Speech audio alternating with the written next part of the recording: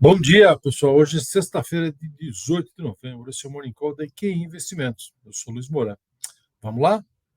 Bom, ontem foi mais um dia de fúria. Enfim, a gente já tinha meio que contado, né? E até a reação, parte da reação tinha acontecido na quarta-feira, na expectativa, e ontem a gente teve a parte final da reação, a proposta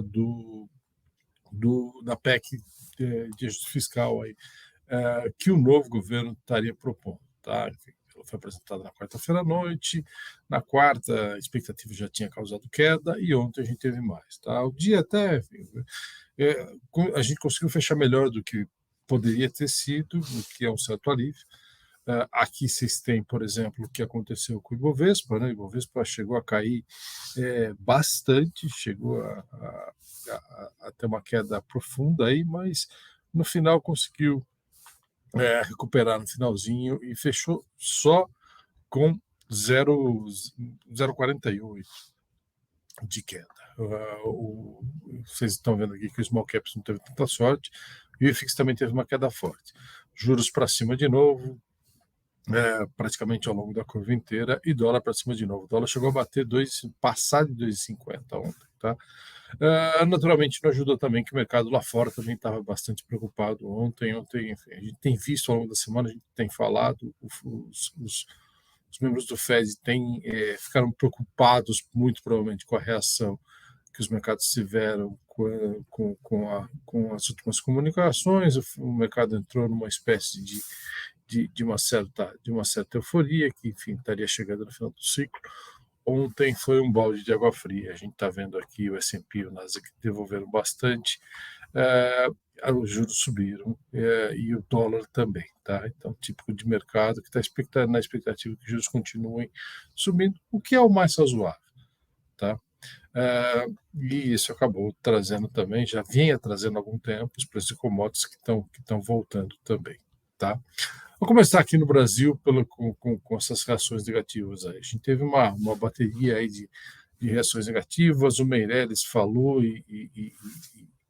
falou, enfim, com bom senso que lhe é habitual, de que não há nenhum trade-off necessário, não há necessariamente oposição entre a responsabilidade fiscal e combate a problemas sociais, pelo contrário. Uma mensagem parecida com essa foi publicada numa carta aberta do Hermínio Fraga, do Baixa e do Malan, enfim, pessoal lá do Plano Real. Os economistas de Bradesco e Itaú também falaram nisso e chamaram mais atenção para as implicações do ponto de vista da estabilidade da dívida no futuro. No final do dia, começo da noite, o Alckmin falou com a imprensa, falou com alguns membros da imprensa, tentou diminuir a pressão, falando que não é bem assim. Então, enfim, fato é que há uma expectativa de que o Congresso deva diminuir o tamanho do ajuste aí da PEC e incorporar restrições, inclusive de tempo, tá? Muito embora isso ainda esteja pouco claro, tá? E no final do dia também o Manteiga pediu demissão da equipe de transição e acabou virando aí o mercado no final do pregão. Esse foi o grande fator aí que acabou um pouco mudando o humor. Aí o Manteiga é visto como um fator de pressão aí pelo mercado, tá?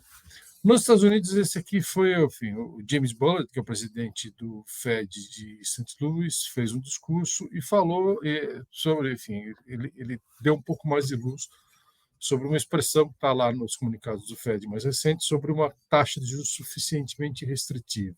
Tá? E ele colocou isso em números, e, enfim, lá pelas contas dele, essa aqui é uma apresentação, a gente está tirando um slide da apresentação dele, seria alguma coisa aqui nesse intervalo, entre 5 e 7, quer dizer, pelo menos um ponto percentual acima do que a gente está hoje. Então, o que a gente está vendo aqui não é necessariamente, enfim, que a taxa de juros vai respirar, mas a gente provavelmente vai ter uma diminuição do ritmo de altas, mas a gente vai continuar vendo a taxa de juros subindo em direção a essa zona restritiva. Naturalmente, essa zona aqui é uma chamada regra de Taylor, né? Ela depende da inflação, ela depende de quanto tem de digamos assim, de capacidade ociosa na economia, isso pode mudar, essa regra pode vir abaixo e os juros não subirem tanto. Se a inflação cair mais rapidamente do que esperado, ou se a economia desaquecer mais rapidamente do que se espera, tá, a gente talvez não tenha tanto assim. Mas o fato é que para trazer a inflação de volta para os 2%, a gente tem que provavelmente continuar vendo juros subindo e eles ficando altos por algum tempo aí. Esse foi o tempero que meio que deu o tom no mercado de ontem. Dados de atividade continuam vindo fracos, o mercado imobiliário continuou mostrando aí uma redução das atividades, permissão e início de construções voltando. O índice de manufatura do Fed de Filadélfia também mostrou uma queda forte, bem acima do esperado. Hoje a gente tem vendas no mercado imobiliário lá no mercado americano, também alguns dados do mercado de petróleo para a gente acompanhar. Tá bom? Eu queria lembrar para vocês que a gente iniciou a cobertura na quarta-feira à noite, eu devia ter falado isso ontem, na verdade, mas a gente iniciou a cobertura de Sequoia, que é uma tese bem interessante, tá? É uma tese de crescimento exposta aí ao crescimento do e-commerce, é uma empresa de logística que faz logística de entregas do e-commerce, principalmente fora de grandes centros. Nos grandes centros, normalmente, os próprios varejistas fazem, mas longe deles. A Sequoia tem crescido rapidamente, e tem um mercado competitivo muito favorável, tem ganho em market share aí, e tem comprado novas empresas e novas tecnologias que têm permitido aí aumentar essa dominância no setor. Tá?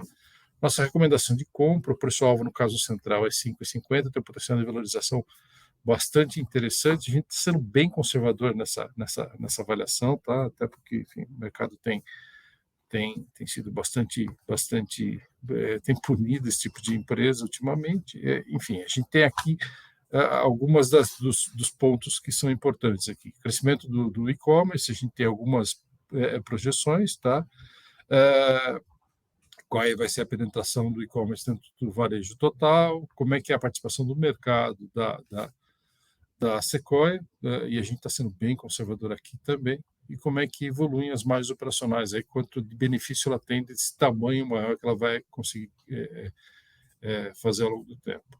E a gente tem, enfim, naturalmente, se a gente for bastante pessimista, tem possibilidade de queda ainda de preços. Os preços tenderiam a R$ 2. Mas se a gente for moderadamente, enfim, no nosso caso base tem 68% de upside, de potencial de alta, e se a gente começar a ser um pouquinho mais otimista com o e-commerce, o potencial de alta é realmente muito grande. A gente pode falar de coisas de 200% de potencial de alta. Então, naturalmente é um caso de mais risco, mas é um caso interessante para dar uma olhada. O relatório está disponível, quem não tem ainda quem ainda não está no período de degustação, pede lá para o seu assessor para entrar, que a gente libera na hora, tá bom? Bom, era isso hoje. Um grande abraço, bom final de semana. Nos falamos na segunda-feira, tá bom? Até mais.